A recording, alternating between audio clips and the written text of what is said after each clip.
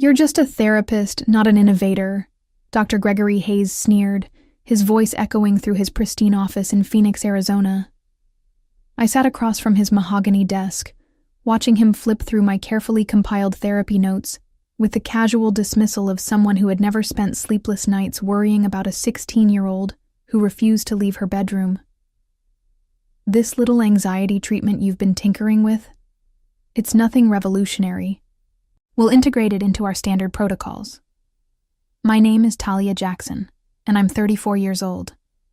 For the past 6 years, I've worked as a licensed clinical social worker at Sundale Mental Health Center, specializing in adolescent anxiety disorders." What Dr. Hayes was so casually dismissing wasn't just tinkering. It was 3 years of developing what I called the adaptive response integration method, a therapeutic approach that had transformed the lives of dozens of teenagers who had walked through our doors believing they were beyond help. The method combined cognitive behavioral techniques with mindfulness practices and peer support elements. But what made it unique was the structured way sessions built upon each other, creating what I called anxiety bridges, safe pathways for teens to cross from their fear-based responses to healthier coping mechanisms. I had watched kids who couldn't speak in group settings become confident advocates for their own mental health. I had seen teenagers who cut themselves develop healthy emotional regulation skills. This wasn't just another therapy protocol.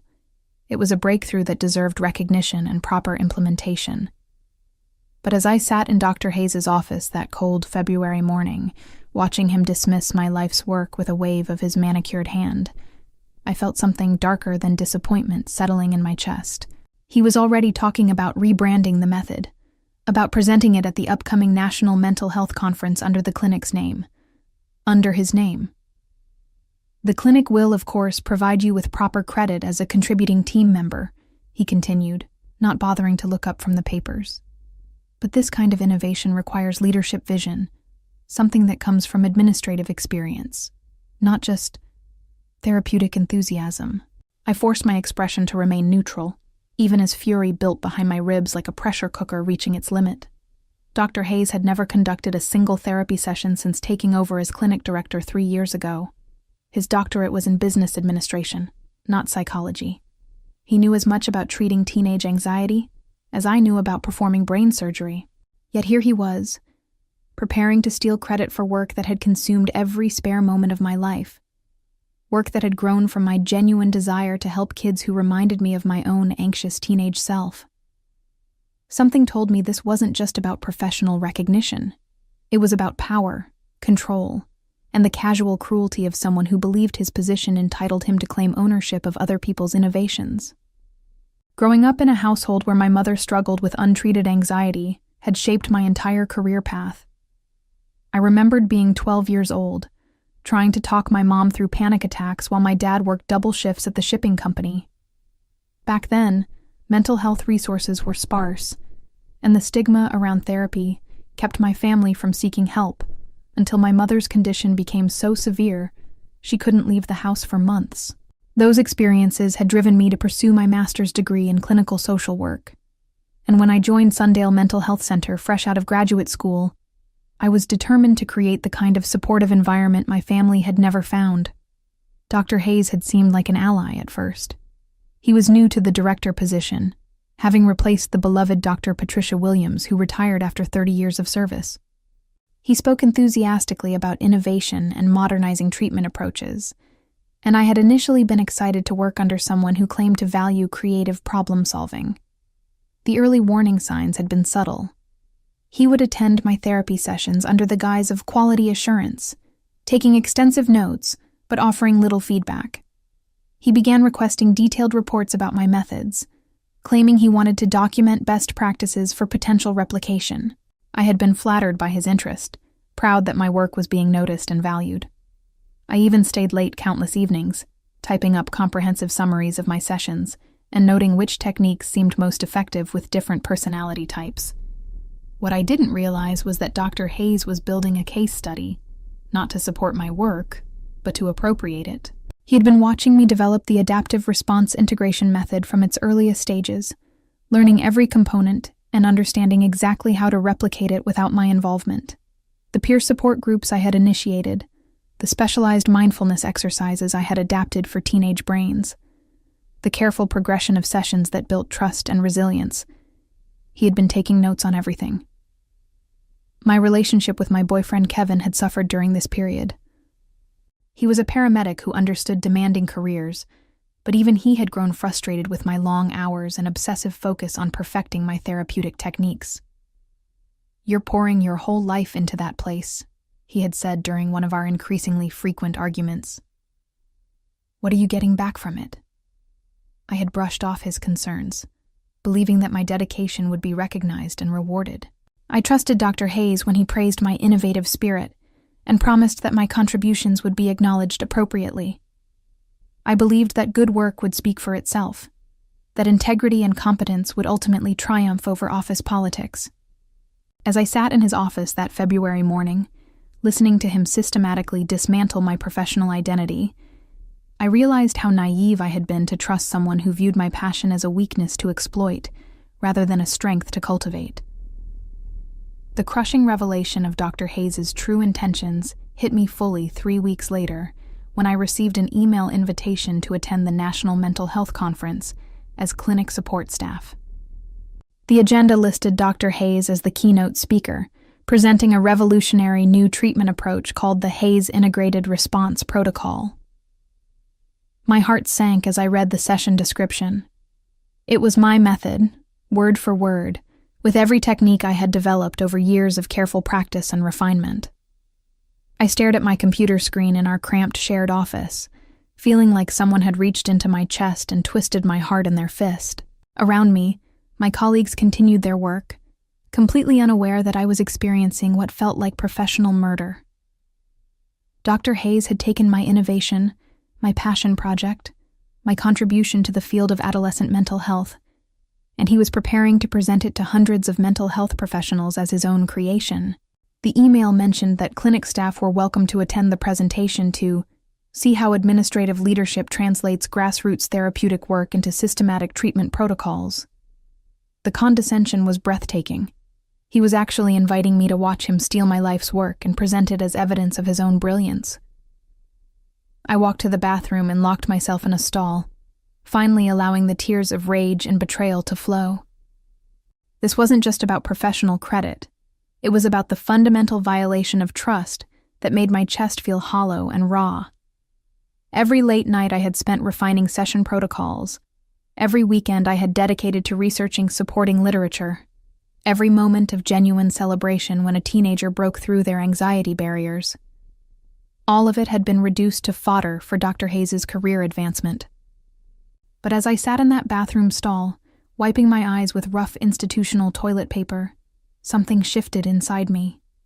The devastation began transforming into something harder and more focused. Dr. Hayes thought he could steal my work because he believed I was powerless to stop him. He saw me as just another disposable employee, someone whose innovations could be harvested and repackaged without consequence.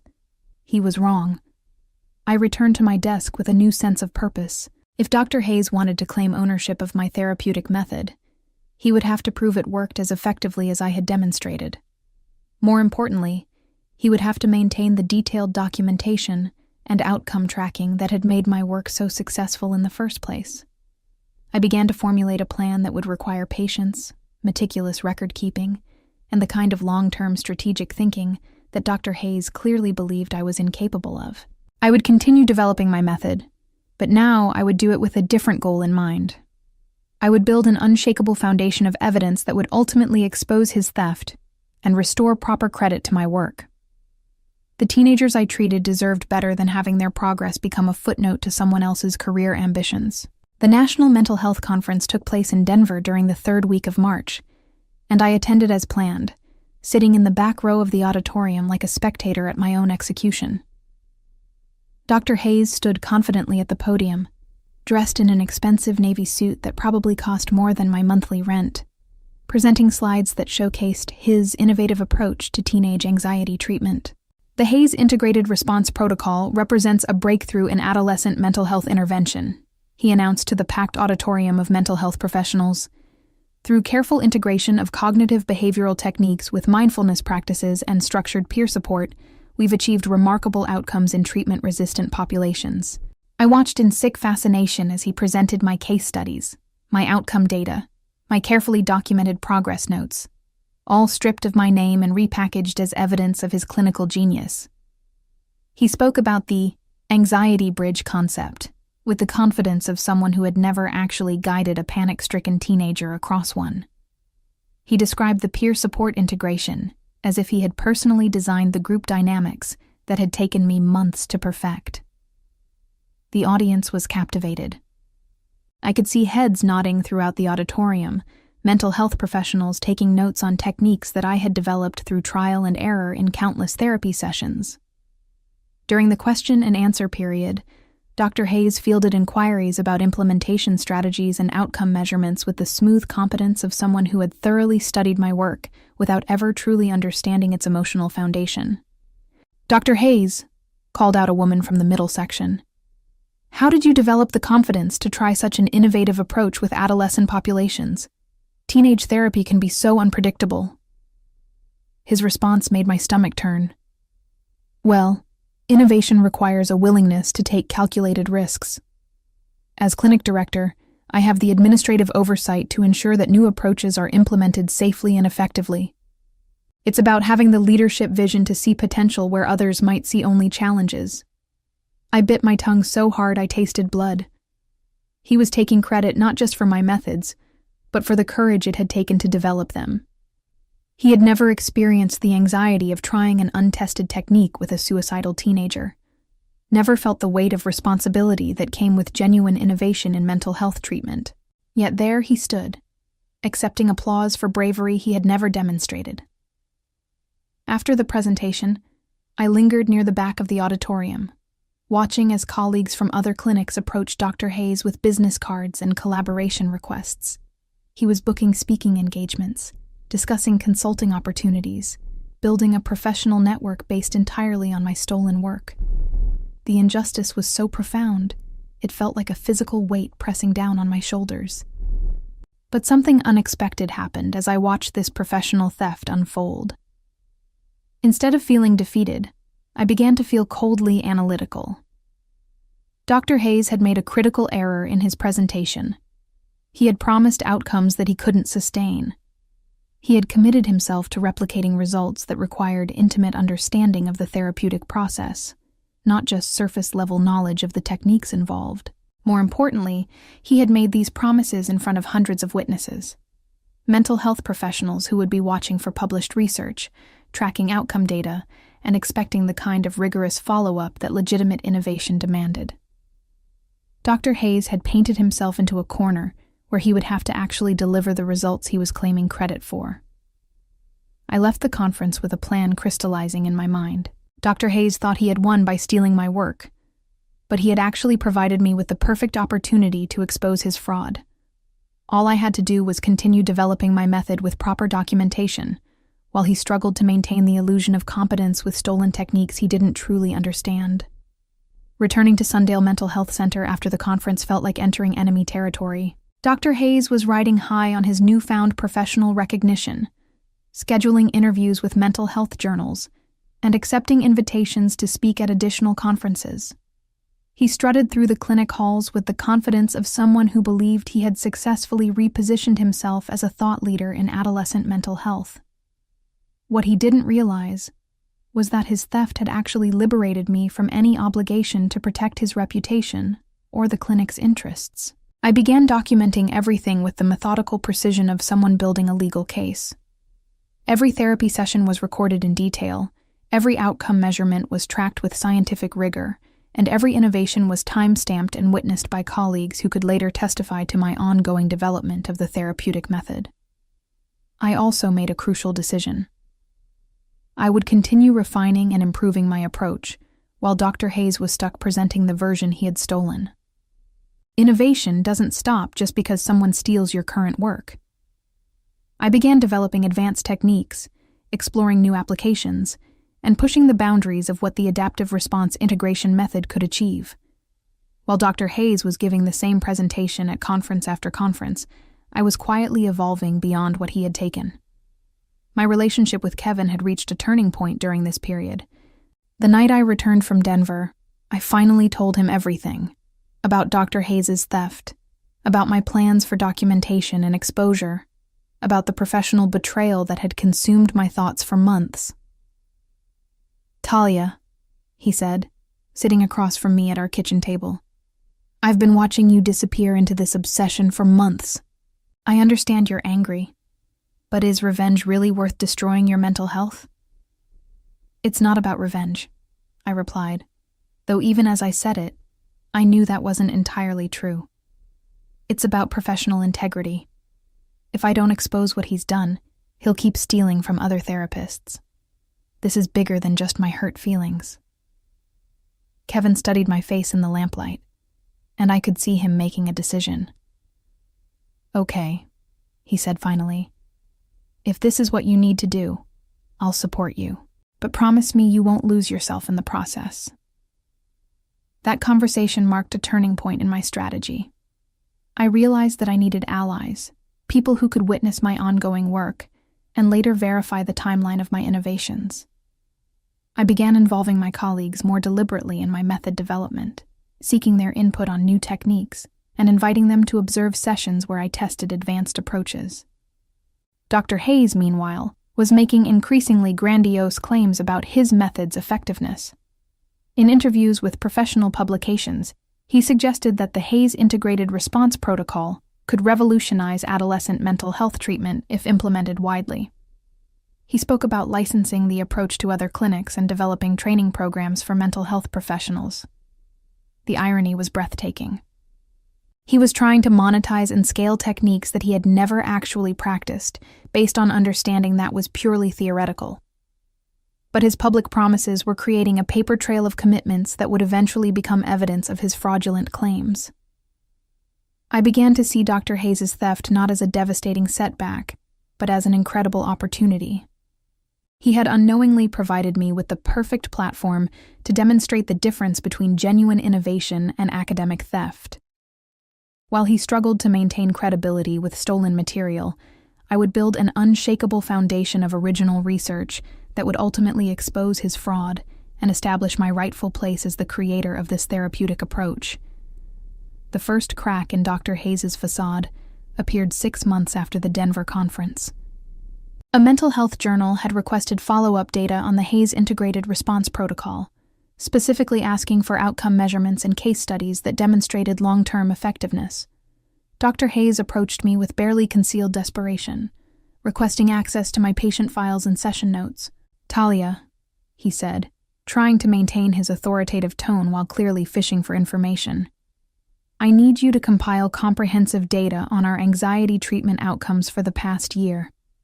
The Journal of Adolescent Mental Health wants to feature our program in their fall issue." I looked at him across his pristine office, noting the stress lines around his eyes and the way his usually perfect hair showed signs of anxious running of fingers through it. "Of course, Dr. Hayes," I replied smoothly. "I'll need to review our data collection protocols to ensure we're providing accurate information. What specific outcome measures are they requesting?" His pause was telling. "Well, the usual metrics: success rates, patient satisfaction, long-term follow-up results." He waved his hand vaguely, clearly hoping I would fill in the details he couldn't provide. "I see," I said, keeping my expression neutral. "And which version of the protocol should I focus on? The original implementation from last year, or the updated version we've been developing this quarter?" Another pause, longer this time. Dr. Hayes had no idea that I had continued evolving the method after his theft. In his mind, therapeutic innovation was a static achievement rather than an ongoing process of refinement and improvement. "Just use whatever data you have," he said finally, his voice betraying the first hint of uncertainty I had heard from him. That evening, I worked late in the clinic, not to help Dr. Hayes with his data request, but to organize my own comprehensive documentation. Over the past year, while he had been touring conferences presenting stolen material, I had been building something much more substantial. I had detailed session notes, outcome measurements, patient testimonials, colleague observations, and most importantly, evidence of continued innovation that went far beyond what Dr. Hayes had originally taken. My advanced techniques included what I called anxiety archaeology, helping teenagers trace the historical roots of their anxious responses to develop more targeted coping strategies. I had also developed specialized approaches for anxiety disorders, complicated by trauma, eating disorders, and social media-related stress. These innovations were documented with the same rigorous attention to detail that had characterized my original work, but now I was doing it with full awareness of the professional and legal implications. The most significant development was my collaboration with Dr. Jennifer Walsh, a researcher from the university, who had approached me after hearing about my work through professional networks. She was interested in conducting a formal study of my therapeutic approach, complete with control groups, statistical analysis, and peer review.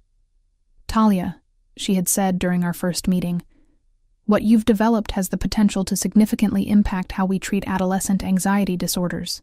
Would you be interested in co-authoring a research paper that documents your method and its outcomes?" The opportunity was perfect. A peer-reviewed publication would establish my work in the academic record with proper attribution and rigorous scientific validation. More importantly, it would create a public timeline that would expose Dr. Hayes' theft when compared to his conference presentations and interviews. As I worked late that night, organizing data and preparing materials for Dr. Walsh's research study, I felt something I hadn't experienced since before Dr. Hayes' betrayal. Genuine excitement about my professional future. I was no longer just defending my stolen work. I was building something that would surpass it entirely. The research paper that Dr. Walsh and I submitted to the American Journal of Clinical Psychology was accepted for publication 18 months after Dr. Hayes' theft. Our study, titled Adaptive Response Integration Method, a novel approach to adolescent anxiety treatment with long-term outcome data, documented 3 years of patient outcomes and established a clear timeline of innovation that predated every one of Dr. Hayes' public presentations. The paper's publication triggered an immediate response from the mental health community. Colleagues who had attended Dr. Hayes' conferences began asking questions about the discrepancies between his claims and our documented research. The Journal of Adolescent Mental Health, which had featured Dr. Hayes' work 6 months earlier, requested clarification about the relationship between the Hayes Integrated Response Protocol and our published method. Dr. Hayes called me into his office the morning the journal article went live online. His usual composure had cracked, revealing the desperate man underneath his professional facade. His hands shook slightly as he held a printed copy of our research paper. "This is a serious problem, Talia," he said, his voice lacking its usual authoritative tone. "You've created confusion in the field about our clinic's innovations. People are questioning the integrity of our programs." I sat across from him, feeling oddly calm despite the significance of the moment. "I don't understand your concern, Dr. Hayes. The paper clearly documents my therapeutic method and its development timeline. All the data is accurate and verifiable." "Your method." His voice rose sharply. "This is the clinic's intellectual property. You developed this work as an employee, using our resources and our patient population." "Actually," I replied, pulling out a folder I had prepared for this exact conversation, "my employment contract specifies that therapeutic innovations developed independently retain creator attribution rights. I've also documented that this work was developed primarily during my own time, using resources I personally acquired." The color drained from his face as he realized the legal and professional trap he had walked into. The investigation began 3 weeks after our paper's publication. The National Mental Health Professional Ethics Board launched a formal inquiry into allegations of intellectual property theft and fraudulent academic claims. Dr. Hayes was placed on administrative leave while the clinic's board of directors conducted their own internal review. The evidence was overwhelming. I had maintained meticulous records of my method's development, including timestamps, witness statements, and documentation of every innovation. Dr. Hayes, meanwhile, could provide no evidence of his own contributions to the therapeutic approach he had claimed to have created. The clinic's funding situation became critical almost immediately. Sundale Mental Health Center had received substantial grants based on Dr. Hayes' claimed innovations, money that had to be returned when the fraud was exposed. Insurance companies began questioning whether treatments administered under false credentials would be covered, creating a financial crisis that threatened the clinic's entire operation. My colleagues' reactions were mixed. Some expressed outrage on my behalf, angry that they had unknowingly participated in promoting stolen work. Others seemed more concerned about their own job security as the clinic's reputation crumbled. A few admitted they had suspected Dr. Hayes' claims were too good to be true, but had been too intimidated by his position to speak up. Kevin found me in our kitchen one evening, reading yet another email from a journalist requesting interviews about the scandal. "How does it feel?" he asked. "Getting your recognition back?" I considered his question seriously. The professional vindication was satisfying, but what felt more significant was the restoration of my integrity and the validation of every teenager whose progress had been reduced to a footnote in someone else's career ambitions. "It feels like justice," I said finally. "Not just for me, but for every patient whose story was stolen along with my work." The most fitting aspect of my revenge wasn't the destruction of Dr. Hayes' career, but the elevation of the work itself to its proper place in the field of adolescent mental health treatment. As I reflected on this long journey from theft to vindication, I realized that Dr. Hayes had unknowingly given me the greatest gift possible, the motivation to prove that genuine innovation always triumphs over academic fraud, and that sometimes the most powerful revenge is simply letting the truth speak for itself.